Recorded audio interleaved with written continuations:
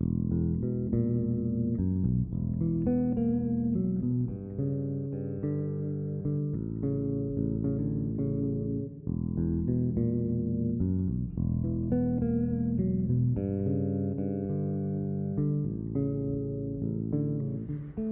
to Futility Closet, a celebration of the quirky and the curious, the thought-provoking and the simply amusing.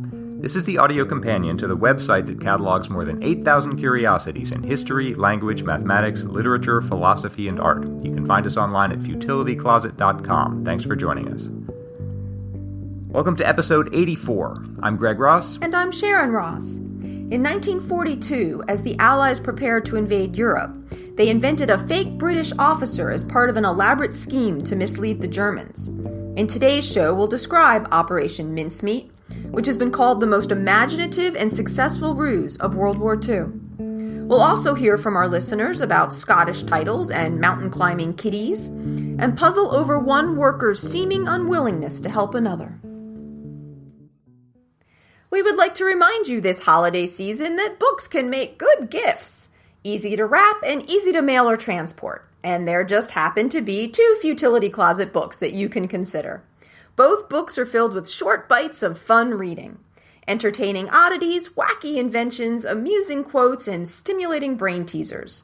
Perfect for anyone who would enjoy learning about a doctor who took out his own appendix, or a proposal for using eagles as hot air balloon propellers. Find them on Amazon, where they will even gift wrap and mail them for you. In late 1942, as the tide was beginning to turn in World War II, the Allies began to plan an invasion of Europe. It seemed clear that attacking from England across the English Channel wouldn't be feasible that year, so they settled on an attack from North Africa. And there were basically 2 ways such an attack could go. They could go through Greece and Sardinia into the Balkans, sort of heading eastward, or they could go up using Sicily as a stepping stone into Italy. Of those 2 plans, the latter one, going up into Italy, seemed much the better of the 2. That just seemed like the obvious thing to do. If you can get into Italy, then you can open up the Mediterranean to Allied shipping and prepare for a full-scale invasion of the continent. So that makes the decision for the Allies easy. It's clear what the right course is, but it also presents a problem because it means that their enemies will also be able to look at a map and see that that was the obvious course and set up a defense of Sicily because it was just the obvious thing to do. Winston Churchill said everyone but a bloody fool would know that it's Sicily that they'd be going after. So there's no element of surprise there. Right. So ideally what they needed was some way to convince the Germans that they weren't going to do that. In other words, to prepare an invasion of Sicily, but somehow lead the Germans to think that they weren't going to do that. They would attack somewhere else. The question was how to do that or whether it was even possible at all. As it happened, just at that moment, in September 1942, a plane had crashed off Cadiz in Spain, and aboard it was a British courier carrying top-secret documents concerning an invasion in North Africa. In the plane crash, all the occupants were killed, and the courier's body washed up on the Spanish shore. In World War II, Spain was nominally a non-belligerent. They weren't fighting in the war, but it was known that they were cooperating with the Germans and with German military intelligence. So the Spanish authorities returned the body of this British courier, and they found that the letter was still on it. So either the Spanish hadn't noticed it or had thought it was bogus. But in any case, that was a lucky miss because that did actually contain sensitive information. But as it happened, there was also a French officer aboard the plane who also washed up on shore, and he had a notebook, too, that contained information that would have been interesting to the Germans. And it turned out later that a copy of that notebook had been sent up the chain into German military intelligence. So that made it clear, basically, that the Spanish, who were supposed to be neutral, were actually cooperating and sort of would occasionally pass stuff that looked interesting up into the German command. And that inspired a new plan, unlikely as it sounds. The way they hoped to distract the Germans and lead them to think that they would be going after Greece rather than Sicily was that they would deliberately plant a second dead body off the shore of Spain, presenting it as a plane crash victim as before. This body would then drift ashore in Spain, and the Spanish would discover secret documents there suggesting that the attack would go after Greece. This lets the Germans imagine that they had discovered this for themselves rather than it being telegraphed by the Allies. It's so just a way of deliberately misleading them, This plan was called Operation Mincemeat. And let me editorialize here to say, if you think this sounds crazy, I agree with you. It's one thing to do a plan like this, which seems uncertain of success. if the stake is small. But here, it's no exaggeration to say that the course of the war and the future of Europe depend to some extent on this going well. And there's just a lot that can go wrong here. They don't know that the body will reach the shore or that the documents will be found or that they'll believe, the Germans will believe the sort of cover story of the appearances of any of this, or choose to act on it even if they do. Right, and if they catch on that it's a ruse, then they might think, okay, they planted this deliberately, so the real thing must be the opposite of what they've planted, and it'll like actually turn them on to the real plan by mistake. Yeah. And the whole thing just sounds so sort of fanciful or odd. Like something you do in a movie. But they did plan to go ahead with it, and the first thing they needed was a dead body, and that's a tall order right there. They needed a body that would appear to have died at sea by hypothermia and drowning, and had floated ashore after several days. On top of that, they couldn't just ask around for a dead body, because this whole thing was top secret. They couldn't afford to let word get about what they were hoping to plan to do with it. And on top of that, even if they found a body, they couldn't inform the next of kin for the same reasons what they needed it for. They just have to say, we're sorry you've lost your son. Could we have his body? And you'll probably never see it again. And we can't tell you why. It's for a good cause. So it's hard to find, even in wartime, it's hard to find a body to use. A specific dead body. Eventually what happened was that a coroner in London got the body of a 34-year-old Welshman named Glyndwr Michael, who had fallen on really hard times and was homeless, and had died recently in London. He had died by eating rat poison that had been smeared on crusts of bread. Someone had left it out to kill rats, and he'd eaten it. Oh, that's horrible. Either, no one quite knows why, either because he was so miserable that he deliberately was trying to commit suicide, or he was so hungry that he was just eating the bread and didn't realize that it had been poisoned. But one way or another, he wound up dead. And the coroner said the poison that they'd happened to use here was phosphorus, which apparently stops the action of your liver. That's what kills you, but it doesn't really leave any traces. So the coroner said, if you can set this guy up convincingly so he looks like he died at sea, and even if they do a postmortem, they probably won't get suspicious. So this body has that going for it. Also, Glyndwr Michael's parents were already dead, and no relatives were found, so they were clear on that score. So they have a dead body. Kind of good luck for them. I guess, in a macabre way. Right, exactly. So now they have a body. Now they have to give it some convincing identity. They decided on calling him Acting Major Bill Martin of the Royal Marines, and said he was born in 1907 in Cardiff in Wales. The rank of acting major was chosen because it's high enough that he might plausibly be, it would make sense that he would be carrying top secret documents, but low enough that the German authorities wouldn't be suspicious because they'd never actually heard of him. I see. Because they just made up this identity. I hadn't thought about that. They would need like this whole backstory and everything. Which they created, and there's a whole lot of thought that went into making him seem like a real three-dimensional person. They gave him a snapshot of a fiancée, a fake fiancée named Pam. The photo was actually of a clerk in MI5 named Nancy Jean Leslie. They gave him 2 love letters and a jeweler's bill for a diamond engagement ring costing about £2,100 today. They gave him ticket stubs showing that with Pam he'd seen a musical comedy in London shortly before the trip, and they gave him a letter from his father who apparently disapproved of the match. Oh, wow. Very complicated backstory. And they didn't have much time to do this. I mean, it's very convincing and detailed. They folded and refolded the love letters to make it look like he'd read them many times.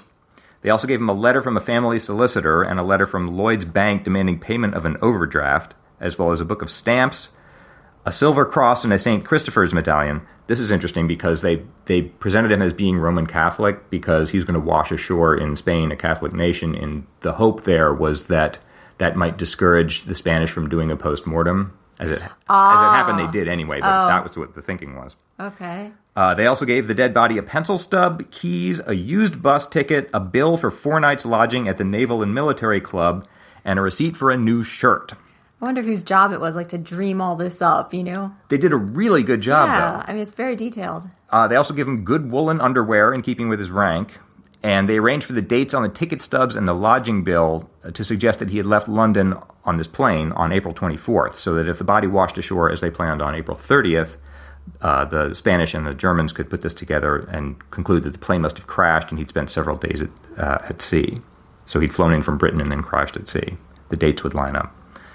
Also, in keeping with giving him some sort of personality, they tried to present him as somewhat careless. The ID card they gave him was marked as a replacement for one that had been lost. So in addition to being overdrawn at the bank, apparently he was prone to losing his ID card. He has a whole personality.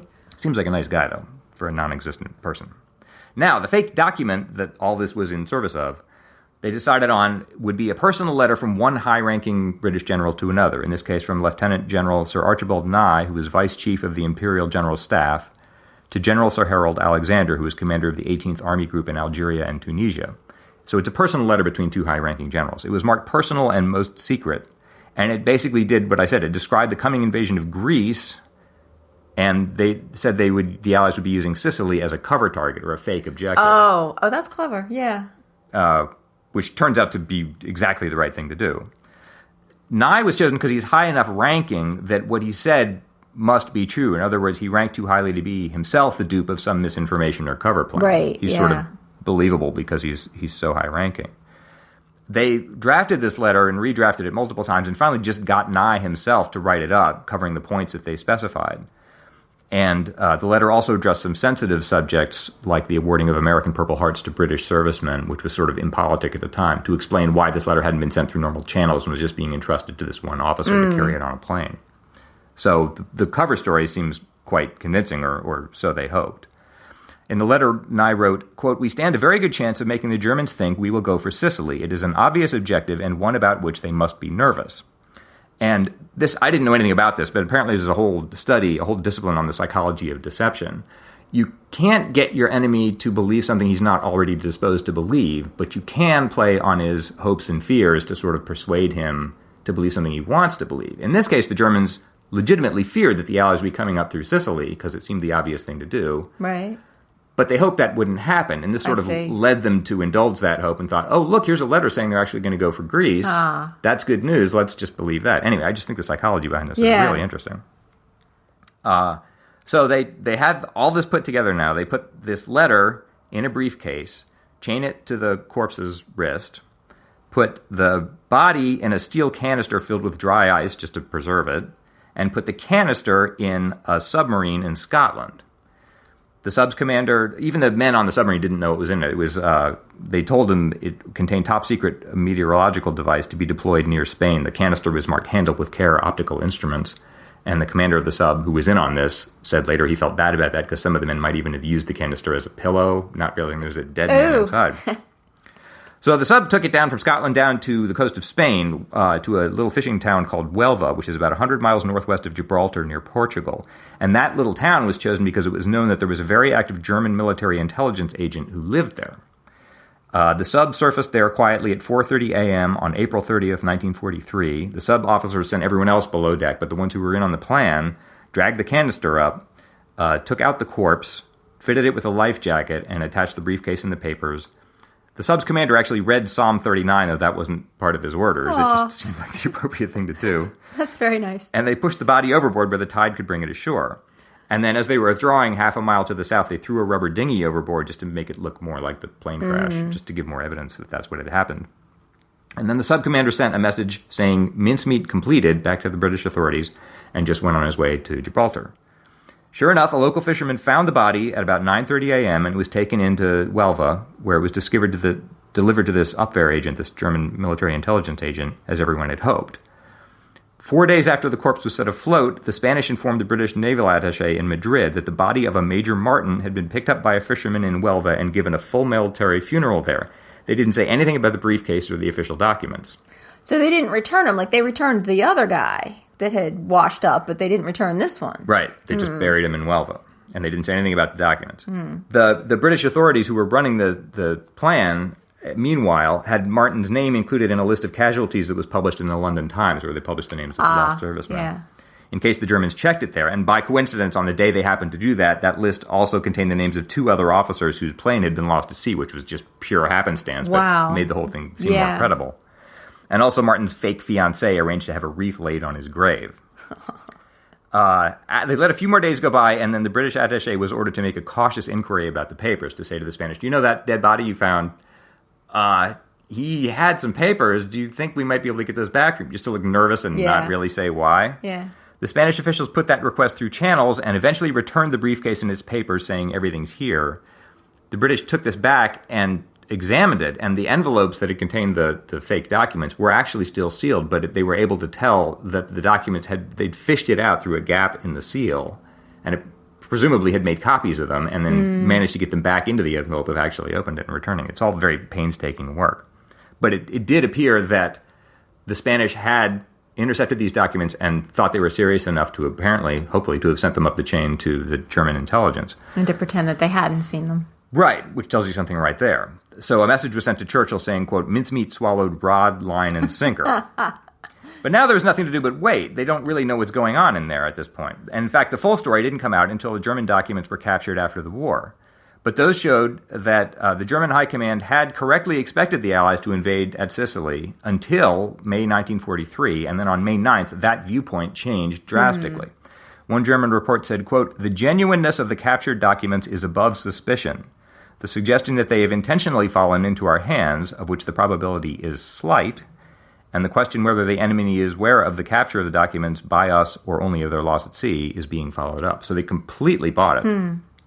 The Germans accepted all of the personal details about Martin's identity and the whole story that Nye had laid out in his letter.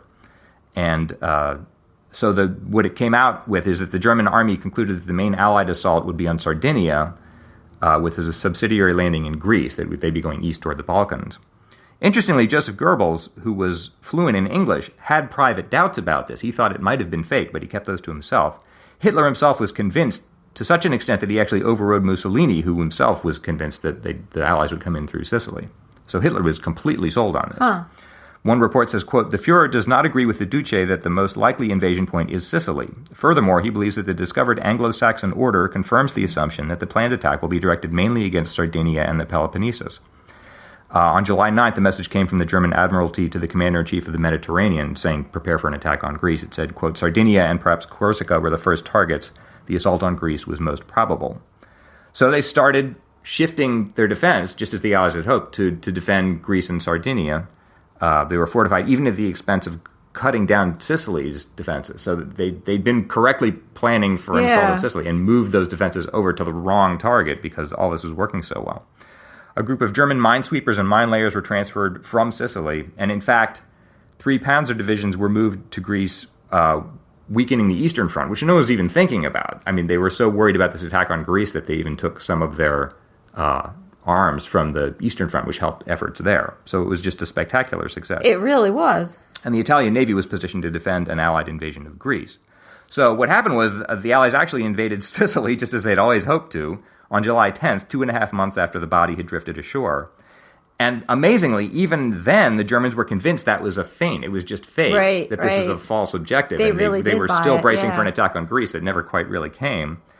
The Germans kept their forces in Greece and Sardinia for 2 more weeks while this was going on, convinced that the main attack would come there, and waited until it was too late. Hitler was so sold on this idea that he ordered Field Marshal Erwin Rommel to command defense forces in Greece on July 23rd, nearly 2 weeks after the landings in Sicily. So it was just a wild success, much more than I would have expected, honestly. So this all turned on the fact that Hitler wasn't a very skeptical person. No, and I guess that they'd done such a good job in presenting this fake story. Yeah, but it seems like other people had doubts, but that Hitler, once he decided something, he decided it. Yeah, and that sort of goes back to the psychology that... Yeah.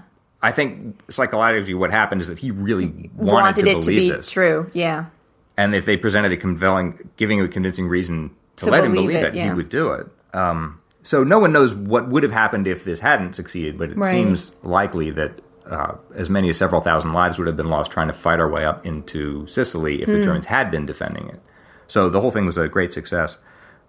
Just as a little closer here, as I was researching this, I came across a little sidebar in a newspaper from 1953, an English reporter interviewing a German captain named Wilhelm Lenz, who was in on the German side of this.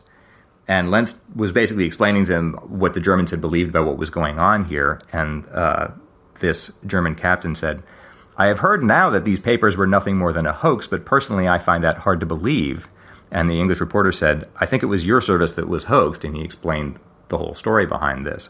And the captain just paused and said, "I take off my hat."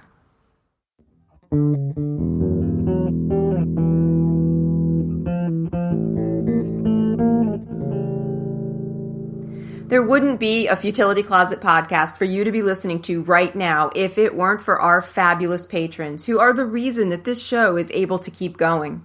We really appreciate every pledge we get from our fans, and if you want to join them and pledge at least $1 an episode, then you'll get access to our activity feed, where you'll find outtakes and extra lateral thinking puzzles, as well as our behind-the-scenes peeks into the show. The podcast takes us many hours to research and put together each week, so if you like Futility Closet and want to help us keep making the show, please check out our Patreon campaign at patreon.com/futilitycloset, or see the link in our show notes.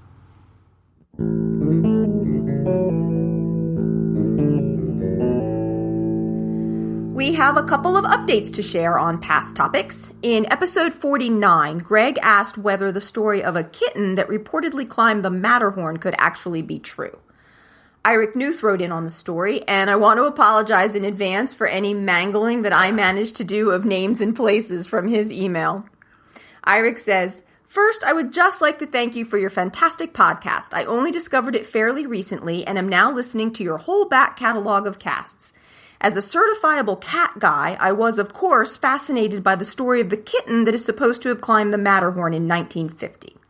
Like you, I tried to find more information, which only brought me back to the original Times story.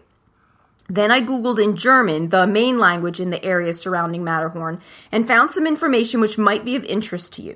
The source is a story in the respected Swiss newspaper Neue Zürcher Zeitung, published this July. In short, it doesn't unearth new information about the Matterhorn kitten. What the article does mention is the very well-documented story of Tomba, a cat owned by the owners of the mountain hotel Berg Hotel Schwarnbach. Tomba was known for following mountain climbers up to the peaks of nearby mountains and is pictured on top of the Belmorn, 3,698 meters. And that's about 12,132 feet for those of us who think in feet. Yeah, so that's pretty high. Eric goes on to say, in the mid-1990s, Tomba was a minor celebrity in mountaineering circles and was written about in Japan and South Africa, as well as the U.S. The Neue Zürcher Zeitung story also mentions another unnamed cat, owned by the warden of a mountain hut situated in a pass between the Matterhorn and the Breithorn. This cat was observed climbing the Breithorn, taking about 10 hours to get there and back. On the peak, the cat refused to be carried down by climbers, even though its paws were sore from walking on the icy slopes. The Breithorn is about 300 meters or 1,000 feet lower than the Matterhorn, which seems to me pretty solid evidence that a house cat could reach this peak. So at least some cats do this. Apparently some cats do this. When I read that first story, I thought that can't possibly be right. I can't imagine our cat doing it, but I mean, but she's a North Carolina kitty, and the idea of snow and ice is just not going over with her. Eirik notes that this does still leave the question of whether a 10-month-old kitten could do this. Could a kitten get up the Matterhorn? Okay. But he says, based on my experience as a cat owner in a cold climate, I live in Oslo, Norway, I would say yes. The cat was born and raised at high altitudes and low temperatures and probably was well adapted to the climate and environment, even at this young age. Anyway, thanks again for your podcast and keep up the good work. Well, so we still don't have definitive proof that it happened, but it's looking rather plausible. Yeah, there seem to be quite a lot of reports of it. Yeah. And the story does get reported. I mean, the Swiss newspaper reported it as fact. I mean, this seems to be well accepted that this kitten climbed the Matterhorn. I guess I was thinking, too, that if you were just going to make up a story out of whole cloth and try to sell it as a hoax, that's not the one you would choose. You know what I mean?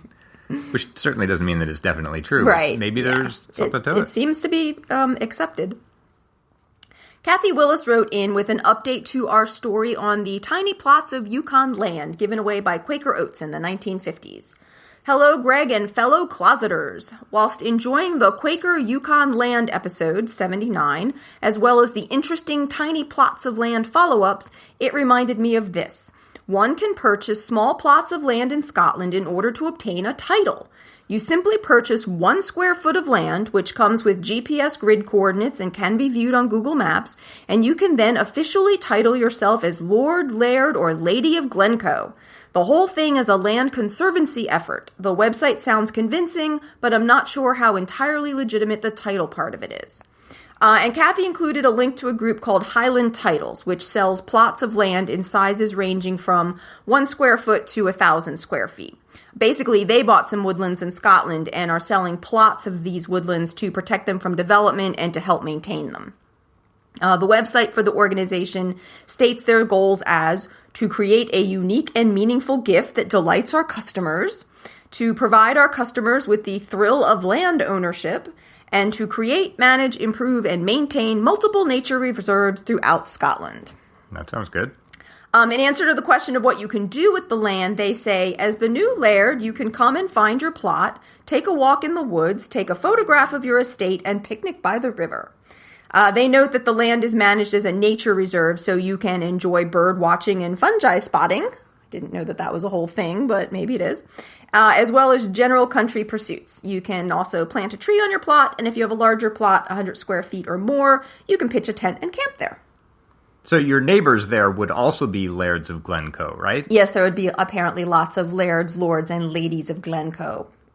Kathy notes that there are various groups offering some form of this land and title deal in Scotland, but there's some controversy over the issue. She included a link to a Scottish law firm that's written a whole article about it, and the law firm says that since the plots of land are too small to be officially registered, you can't really be said to own one. That's like the Quaker Oats thing. Yeah, the law firm likens it. They liken it to owning a star. Yeah. Like there are these gift things where you can supposedly buy a star for someone who gets a certificate saying that, you know, they own this star.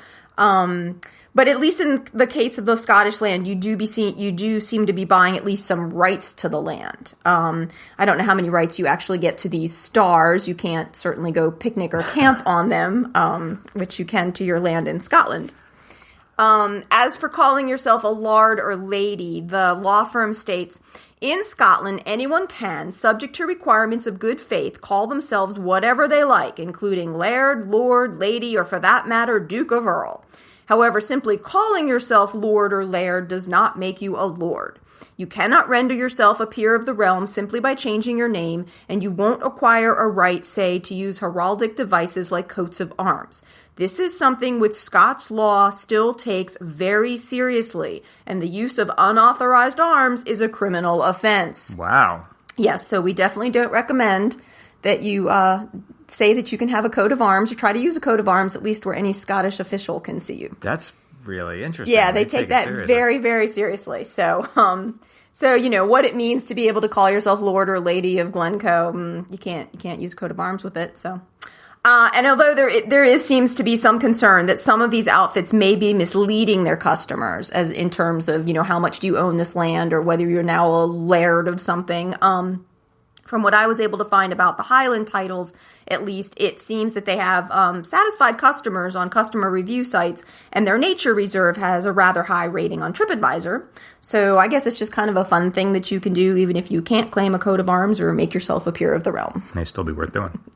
So thank you to everybody who writes into us. And if you have any questions or comments for us, you can send them to us at podcast@futilitycloset.com.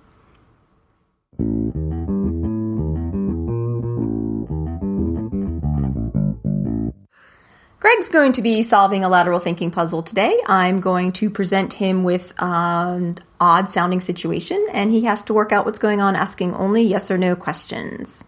Okay? Yes, ma'am. Okay. This puzzle comes from Edward J. Harshman's Fantastic Lateral Thinking Puzzles. So let's hope it's fantastic. It has to be. Has to be. Give me a hand, said Bill, struggling with a tall figure. Instead of coming to Bill's aid and joining the struggle, Charlie simply passed something to him. Thanks, said Bill, not at all surprised or upset by Charlie's nonchalant action. What is happening? Okay. A tall figure. Uh-huh. Is that a living creature? No. Oh, all right. By figure, they mean sort of a human-shaped form? Yeah. But it's not alive. Correct. Give me a hand. Is it like a scarecrow or something like that? Is it... If it's not a scarecrow. It's not a scarecrow. But it's a representation of a human form. Yeah. Yeah. Give me a hand. So, what's the first guy's name?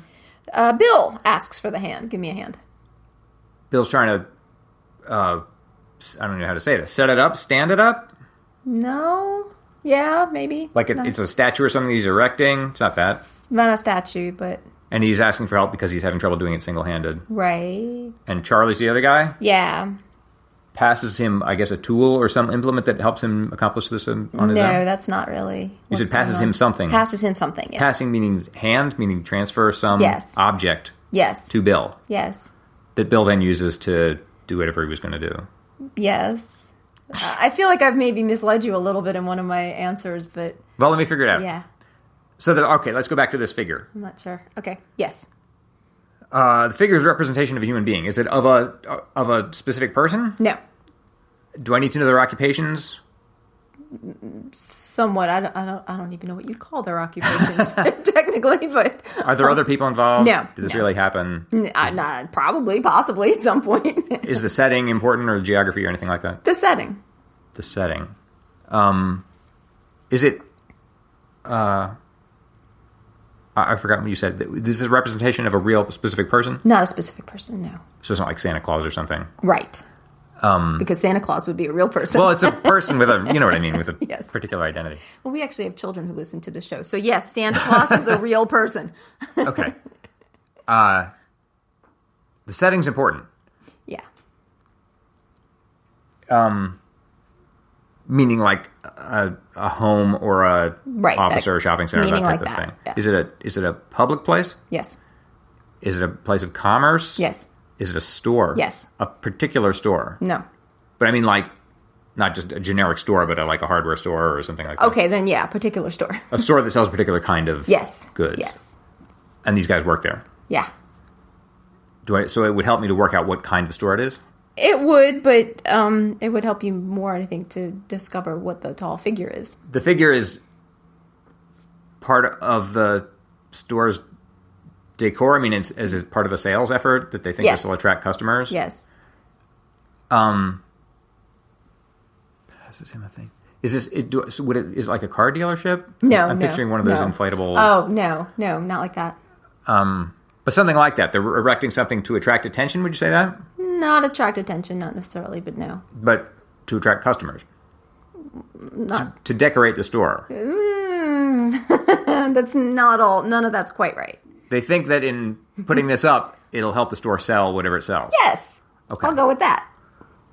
But you wouldn't call it like a machine or Correct. It isn't an implement for actually doing the selling itself. Would it help me to figure out what Charlie passes? Yeah, you could. I mean, there's lots of ways to attack this. Is it?